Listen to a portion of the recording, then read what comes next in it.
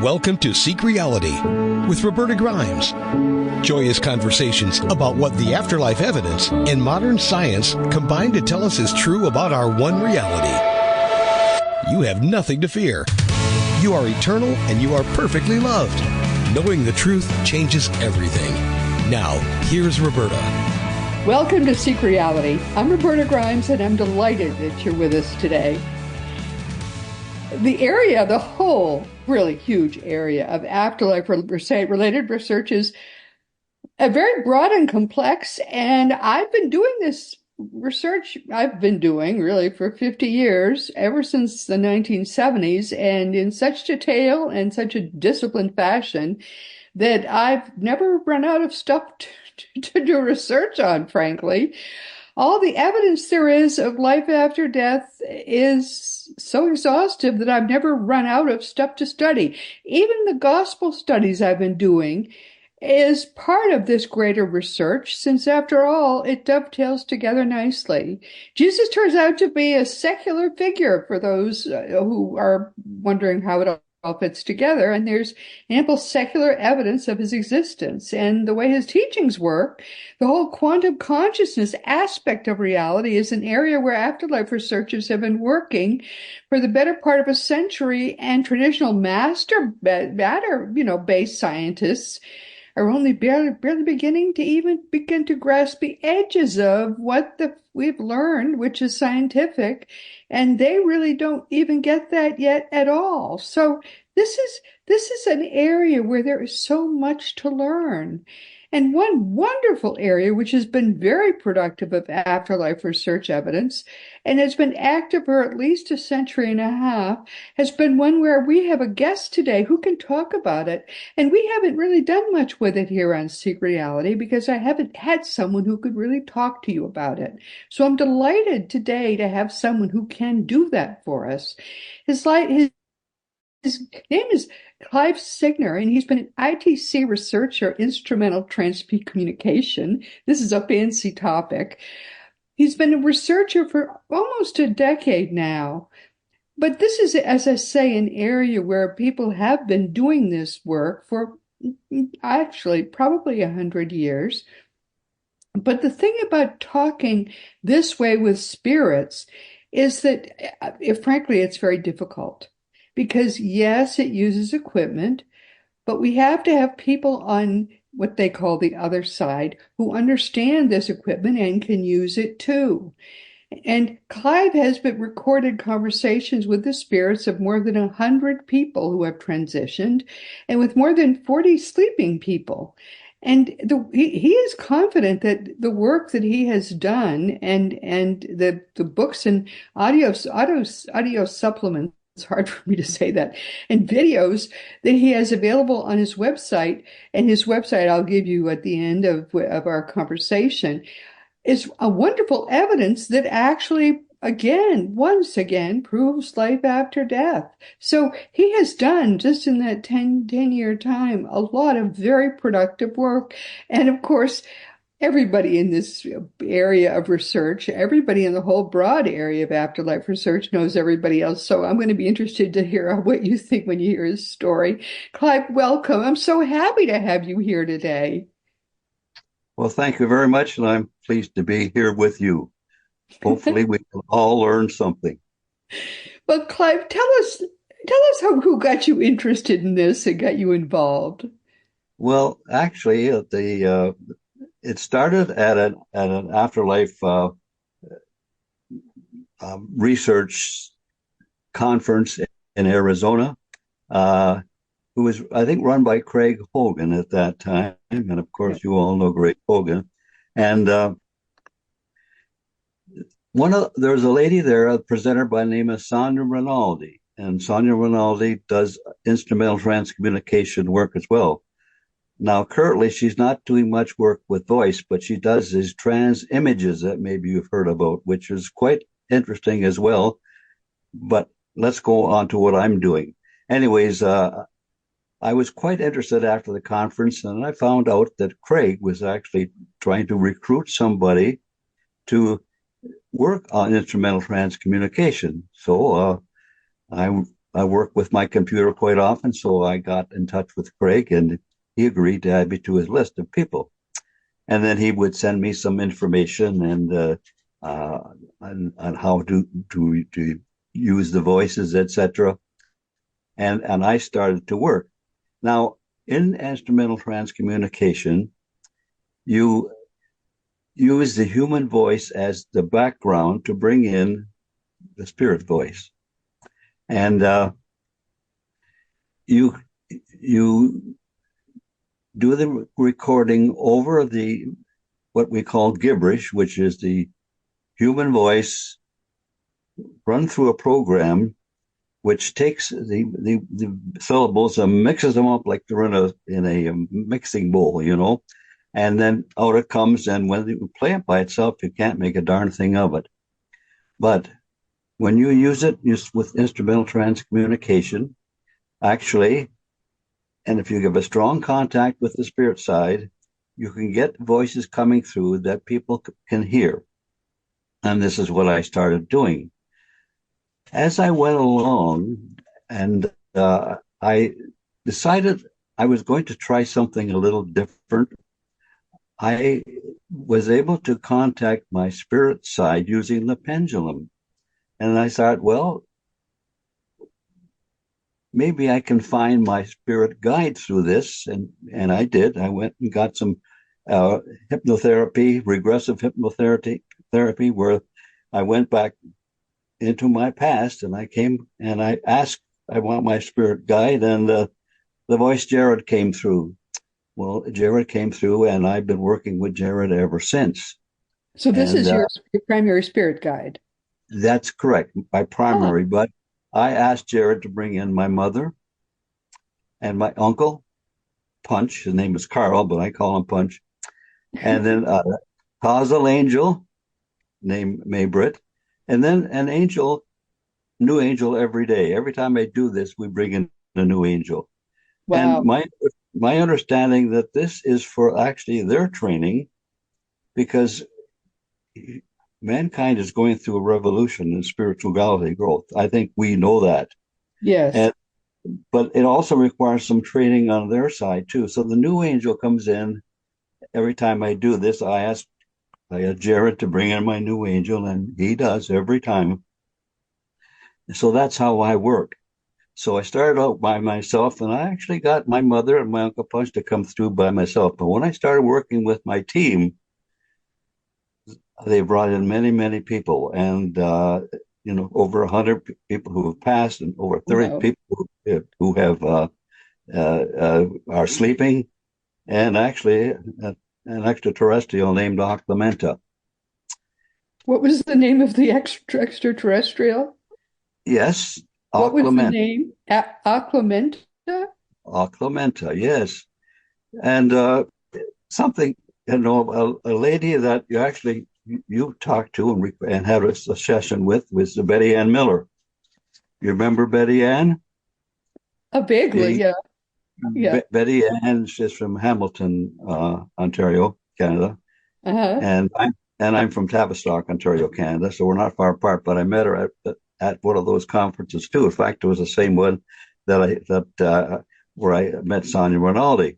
Uh-huh. So we've been close friends ever since. And Betty Ann has helped me in my writing of my book about Aclamenta. And actually, one of the interesting things about that is that she wanted to talk to Aclamenta herself. Okay. So I arranged it through the telephone and I contacted Aclamenta using my team. When I say my team does it. They asked them to do anything I asked them, and I've been amazed at the people that have come through. It isn't me. I'm like the telephone operator, way back right. 70 years ago. I just say such and such. Can I speak to such and such? Yeah, well, yes, and they bring them in. Right. I don't. So this extraterrestrial, does she say where she's from? Yeah, well, the planet, I can't think of the name now, and I have to dig that up. Yet she said the name of the planet, but also she said that she reincarnated as a human once, it was in Lithuania. And I asked her what she did there. She says, well, she worked in the media, maybe something like you do, or the paper or whatever. And I said, well, what was the most important thing you did there? And she said, silencing Russia, never easy. Wow, that's amazing. Yeah. I wanted to go back to Octomenta though, and I've actually got a recording here that Betty Ann asked her, what is your color of your hair? And she says, damn it, got no hair. You want to hear it? Sure. Here's Betty Ann. It's the color of your hair. Did you hear that? Damn it, Yeah. got no hair. Oh, got no hair. I'll play it again. Okay. It's the color of your hair.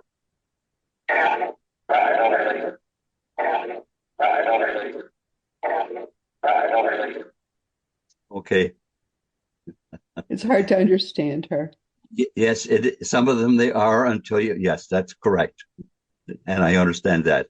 Let's talk to people about why that would be true. I mean, you can when you get used to it, but the way that you do this, because let's talk about the fact that these people are trying to express themselves, but what you're doing is supplying them with noise, with vocal sounds that are just noise, right? Correct. Just noise, but it sounds, I don't have an example of the gibberish, but when you play it back, it sounds like, it's something like you'd be in a very crowded room and you're standing in the middle and everybody's yapping away differently. Yes. And, you really can't make out anything because it's all coming from all over the place. Well, it's sort of like that. Okay. It's taking the syllables and mixing them up like that. And that's what you work with. And then what they try to do is to turn that into what they're trying to say. That's correct. And they work through what we call a station. And that's a station there's a number of them around the world. And that was people like Mr. Tesla, Mr. Einstein, designed this station to use.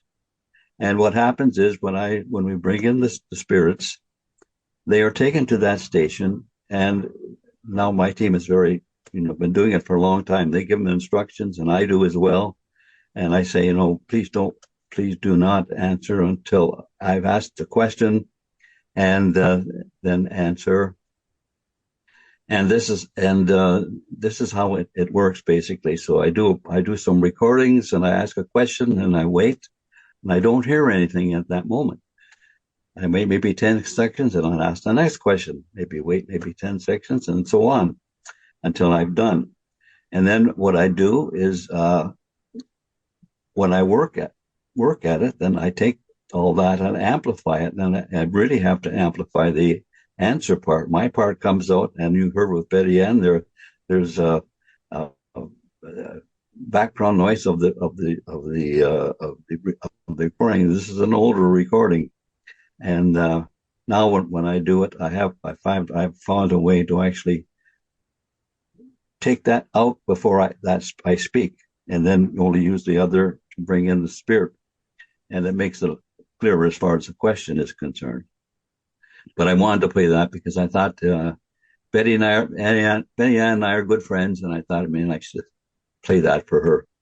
Yes. And so I have further. Yep. I'm trying to have, because people are interested in understanding now. Do they? Because she's speaking in English, so do they have to select the syllables that sound like English? no. Or No. How do they make English sounds? I have a friend who is Chinese, and her father had passed. Her father was always Chinese. Okay. I talked to him in English, and he responded in And I spoke to him in English because I can't speak Chinese. Of course. He answered in English, okay, because you speak through your thoughts there, okay. You know, it's not like I'm talking to you here. I think the Well, this word. is an important concept. So what they're doing is they're thinking the answer because we know that there in the afterlife, people communicate by thought. So Yes, they're thinking the answer into the machine, and it speaks the answer to you here. that's correct. Yes. It's the same principle as what I'm talking to sleeping dogs, and I have, okay? And dogs understand English. We know that. Simple. Then, you know, because we talk to them in English. We Uh-huh. tell them sit, you know, or roll over. They'll do it. They understand English words. They Right. can respond in English too. And I have a number of dogs where I've done this. So yes, And if that dog had just come over from Spain, always been a Spanish dog, would it understand when you said roll over? I don't know that. I I'm just really don't. curious about how I, all of this works because I I've so it's been I never really got to interview anyone who does this. well, if you get go to my website, Yeah. okay, some videos there that I Uh-huh. think will help people. There's one that I show people how I actually do a recording, and Okay. in the video, of course, I show them how I use the gibberish, and then I do the recording, and then I take the recording, and this is one of my with my Uncle Punch, and I asked him, you know, are you here? And he says, yes, I am. So I've that actually I've been to the website and I listened to some of the recordings and you can hear the actual it sounds like what the answer that you're saying you're giving. It does sound like that answer. And the people who are listening, if you go there and you understand, if you were in the afterlife, they would be thinking that answer into the machine in the laboratory in the station in the afterlife, and it would be going into his machine here and coming out as words here. That correct. that's what would be happening in those words we would understand as English words. And we really have to thank Nikola Tesla for that. Okay. I have had a number of conversations with him and still do. So uh, we really do. So much of what we have in our world here is the fact that I'm talking to you. You know, you're far away. We're far away. And it doesn't matter. Nikola Tesla is behind the very beginning of that, which he gave to the world for nothing. And now we have But, yeah, cars. He didn't invent those cars, did he? He yeah, didn't yeah, invent Teslas. They were just named in honor of him. yeah. I'm teasing, but no, it is true. He is behind a lot of things we take for granted now. Quite And true. and a lot of the work done on ITC, you can thank him for, and Einstein, and there's a number of others in there as well Yeah. who know the the, the website that if you're going to look at the website, I would suggest you look at the videos first because that is a way of demonstrating the same as we're doing it here. I show the machine, I show how it's done, and I show how I Right. bring it out. And this will help people. Maybe some people are interested in trying it. Why not? You know, one thing I would say to anybody who's thinking of doing this is that you must protect yourself first. I'm a strong believer in doing that. And I always say a little prayer before I start. And it's basically this: Dear God, I ask you to please cover me with the white light of your protection so that no negative entities could ever enter my space, no matter where I am. And then I would say, can you please bring in my main guy, Jared? And I'll use my pendulum for that. Okay.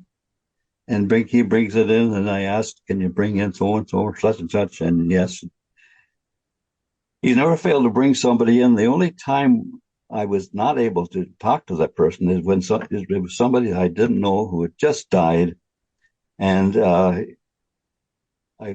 Jared said he doesn't want to talk. Yeah. And I understand that because initially, sometimes the shock of dying, people don't even know they're dead, you know, because they feel the same as they were when they, 10 minutes ago, and yet no pain. What's going on here? Yeah, no, it is a very surprising thing. Yeah, the transition is a very surprising event, right? That it is. Yes, for sure. So I love the work I did with Documenta. I think that there's, if other people would like to, who are interested in ETs, have a look. I mean, they might surprise what they might learn. And I do believe that there are more people like Aunt Clementa living in human bodies right now. Yeah, I really believe that because she was such a sweetheart. She is a sweetheart. well, yeah, the problem is that we don't know this, but beings from other planets and beings anyway who are in any way peculiar find this to be a very scary planet and human beings in general to be quite frightening. We don't think of ourselves that way, but we are thought of that way. I believe though that those people from other planets who want to visit us can can observe us. Spirits observe us all the time. We just don't see them. Yeah, my mother, And when I visited her, but actually I don't do that much anymore, but certainly after she died, I did visit her a few times. Um, she showed me that they're into electronics now, which surprises me, but they are. They have a kind of screen, which they normally use it's just like a picture on the wall, but they have a kind of screen they can use to watch us here, and mm-hmm. and they enjoy doing that. So I'm sure that since they can do it, the extraterrestrials can as well, and that's a lot safer than getting into a body and coming here and seeing actually, being here because we are scary. We don't understand a blessed thing. We don't. Most people don't because they don't study the afterlife as you and I have done, and they don't understand anything.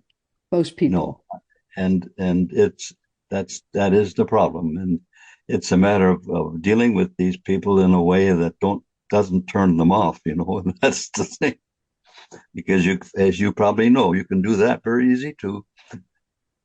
Yeah, most people are pretty scary. Most people are afraid, and fear, breeds terror. And whatever you're afraid of, you just as soon kill as look at it, figure it out later. And that's that's why they're scared of us.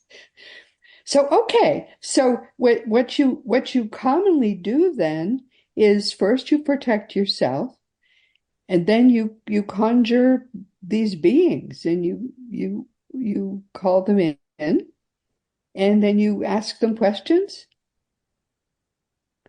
Yes, that's correct. And then I wait a period of time, and I'm not sure I understand why, but this is what Jared and has suggested I do. So I do. And it may be 24 hours. It may be, I don't know. I cannot explain why. I don't understand the mechanics of why. But anyways, I'll wait 1 or 2 days, and then I will look at it, and then I will work with it. And because I've found out that I have a bit of clairaudience, which means I can hear this without when others cannot, I have to be very careful. That's why I try to get people to review recordings I've made to be sure that they hear it too. Betty Ann was very good at that, and she helped me with the Octomento one very much, and I really appreciate what she did. one of the probably the most important work I have done, though, was going back 4 or 5 years now. I was able to contact Jesus, and I asked Jesus if he would give us some suggestions for our spiritual growth. And he did. And a number of them were basically the same things that you're going to hear in the Bible. And I asked him, one question was, do you have another suggestion for our spiritual growth? And he said, walk in perfect love. And this to me, and I've got that recording here. If you'd like to hear it, I'll play it. Okay? Okay.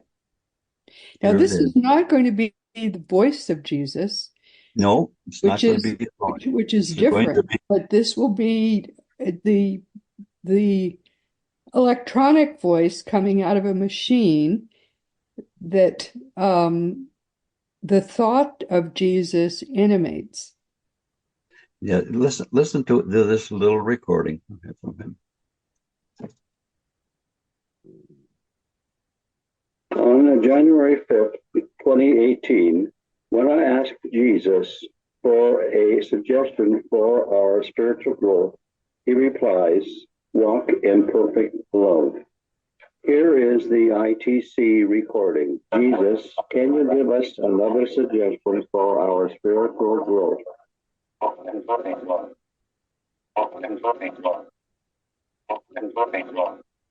Yeah, that's quite clear. Yes, some of them were very clear. And it might clear walk in perfect love. And to me, this is the most important thing we can think of today. It really is. I Oh, certainly right now, yes. I That's strongly clear. believe in his teachings. And as a matter of fact, I wrote a book. It's called People Who Knew Jesus Before and After His Resurrection. And it includes, of course, Jesus, Mary Magdalene, Mary, his mother, a couple of people who, Dolores Cannon, you know Dolores Cannon? Yes, I've heard of her. Yes, and she's written a couple of books about spirituality, and a couple of people who knew Jesus. And these, I asked Jared if he could bring up these people, and he did, and they also talked about their time with even his niece, and the fellow who actually was his first teacher as a very young fella, a very young man, 12, 13, 14, something at that age. So, and now I'm working on a final book, and it's going to be released, I would think, somewhere in the next month or two. And it's about the aura and what it means to us. And the first part of the book is basically further conversations with Jesus about the aura. When I ask him if he could see the colors in the aura, and he said yes, he could. And I said, do you think that helps you in assessing the ability of the people you would like to choose for your apostles? And he said, yes, I think it did. So very important. And I also talked to Mary Magdalene, who could also see the colors as well, and his mother and the others I had talked to in my previous book. And then I try to help people understand what the aura really means. What is the aura? And I believe the aura is this. It is that portion of our total spirit that has been transferred to our human body sometime during the pregnancy of the woman. And it was, that trip was actually planned by a group of spirits, including, for example, in my case, including myself, as to what I want to do, what are my plans for incarnating. They may be very, very simple. They may be very complicated, depending upon the person involved and how many times they have reincarnated. And this is, to me, very important to try to understand what is our purpose. The big problem with knowing our purpose is that in the first 7 years of our existence, we're in the what I call the subconscious state of mind. Everything that goes into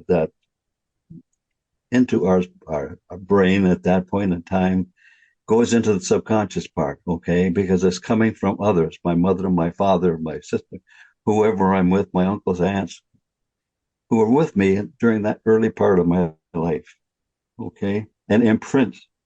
And those subconscious programs run us about 95% of the time. And the part I'm talking to you now is my 5%, okay? That applies to all of us, but all of us have subconscious programs that can hurt us in our own spiritual development. They're there for a reason, and they're very important. You got to learn how to eat, feed yourself, make money, raise a family. All those things you need to learn. You need to learn what's important and what's not, and it's a very important guide for us. But sometimes we're told things that really are not the truth.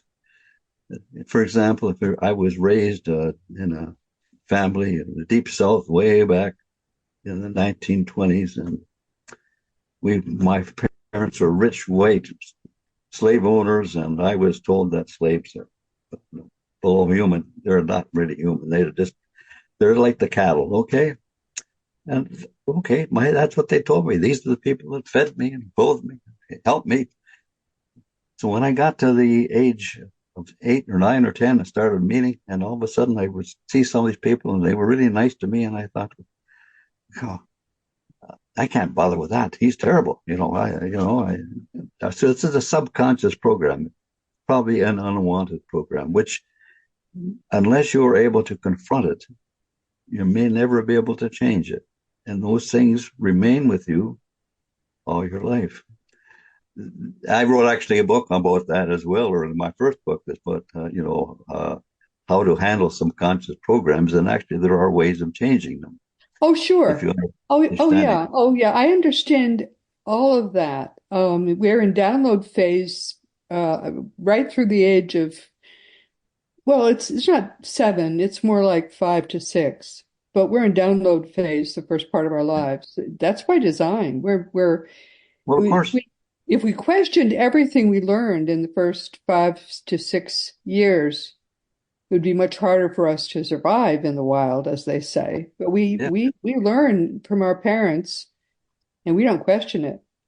And then later on, we learn to question it. That's right. All living creatures learn it. Yeah. The rabbit has to learn that if there's something, if this thing is dangerous, you should either freeze or run like hell. Right. That is taught and important, and it's obviously very important. Yeah, but no, I fully agree with you that what we learn in the first 5 to 6 years, we don't question until we're much, much older. That's right. And much of it, if we've had good parents, much of it turns out to be sound, but some of it's not. And we have to learn to weed it out and throw it away. And we do. Well, my parents broke up when I was 6, and I went to live with my grandparents here in Tavistock. But they were good people. They were Christian people, and actually we lived right across from the church. And my grandmother, she played the organ at church, and of course I had to go to Sunday school. So I was involved with the Christian upbringing, and that carried on. I went to church camp when I was in my early teens. I was even a lifeguard there for a while. But as I got older and I was married, and I started to question. I read the Bible twice through, cover to cover, and I found that there were many things in there that were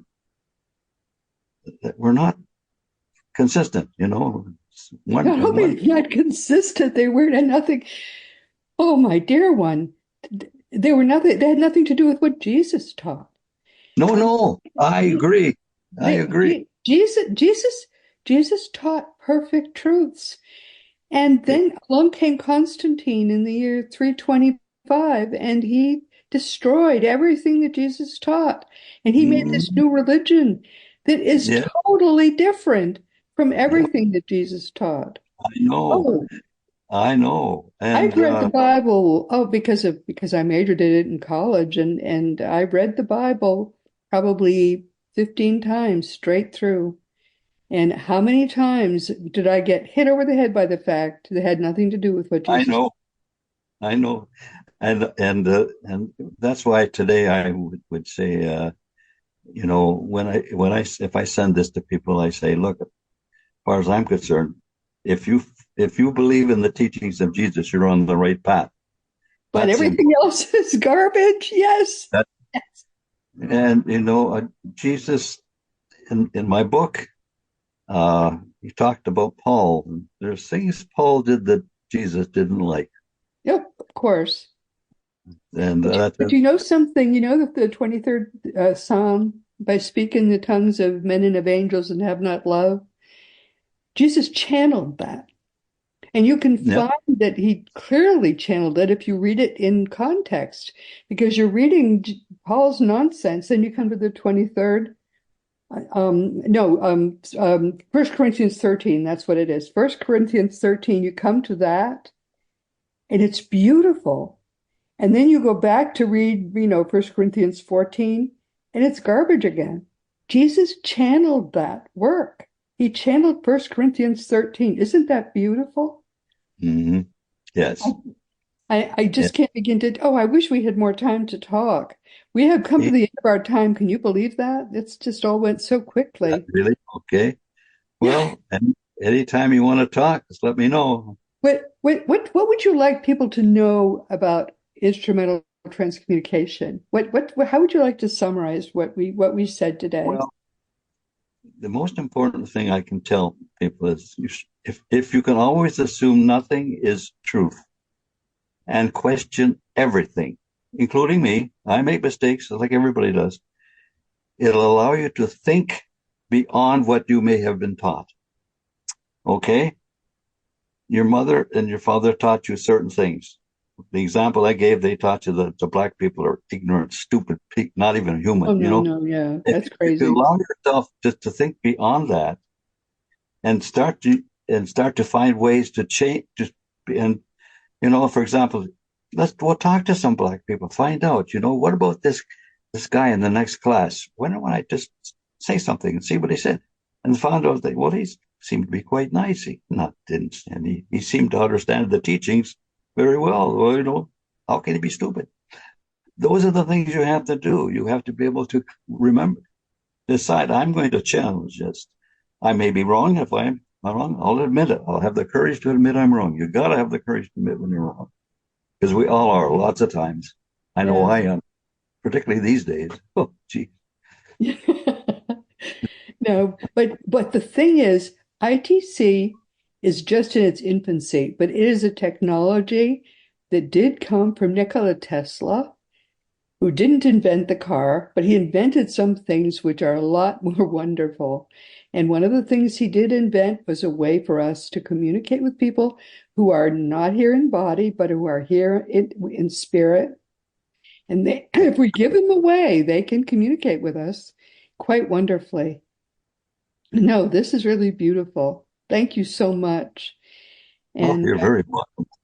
yeah, we will talk again. And I'm so glad to have had the opportunity to have this enjoyable conversation with you. Oh, It's me too. the part of the Gospels, beyond the Gospels, a part of the New Testament from Paul that Jesus did channel. I think he had something. He probably had one more thing he wanted to make sure he got across to us was 1 Corinthians 13. That letter is beautiful, and Jesus is confirmed that he did in fact channel that letter. So you stay there. I'm going to talk to you afterwards, but I just need Okay. to just quickly speak for a few more minutes. So everyone, I just want you to know, and once again know that My beloved friends, this has been Seek Reality with Roberta Grimes. I'm so happy you were with us today. Please never forget, I will never let you forget that you are a powerful and you are an eternal being. You never began, and because you are here right now, you know for certain that you never will end. It's impossible for you ever to die. And when you get all the implications of that fact, it changes everything in your life for the better. Next week, our guest is going to be Brian Smith. He'll be with us just for the second time, but Brian is a personal friend of mine and a notable podcaster and blogger in his own account. He presents at events now, so I'm surprised really to realize that he was only here once before. He's going to be our guest on Seek Reality, but he came to this work really quite a long time ago in the way that many people do. His beautiful daughter, Shayna, transitioned in her sleep one night when she was very young. And since then, Brian has been working with a wonderful organization helping parents heal to help other grieving parents and everyone who's lost their lives, their family's lives, someone in their family, to rebuild, to grow from that experience and to still have a good life. We think you're going to enjoy coming to know my wonderful, beautiful friend, Brian. So please be sure to join us next week. Today, we've been talking with Clive Siegner, who has been with us for the first time. But Clive is kind of a departure because he's someone who does ITC research. And I'm surprised more people don't do it, because if you know how to do it, you can talk with people who aren't here because you can give them a way to talk to you. And he's been doing this work for 10 years. He started to do it because our beautiful, wonderful friend Craig Hogan is interested in it, and he sort of got the nuts and bolts from it from Craig and started doing it on his own. Now, as you know, our great friend Craig is the president and guru of Seek Reality Online, and that's your one-stop resource for all things afterlife. Just go to seekreality.com and start to learn for yourself that your own reality really, truly is eternal. It's not your choice. You can't say, gee, I hope I'm going to live forever and find out, oh my goodness, I am. You're going to live forever, whether you like it or not. So you may as well learn from Craig and his wonderful, wonderful website, Seek Reality Online, seekreality.com. You may as well learn from him all about it now so you can be an expert when you get there. It saves you from having to do a lot of learning then.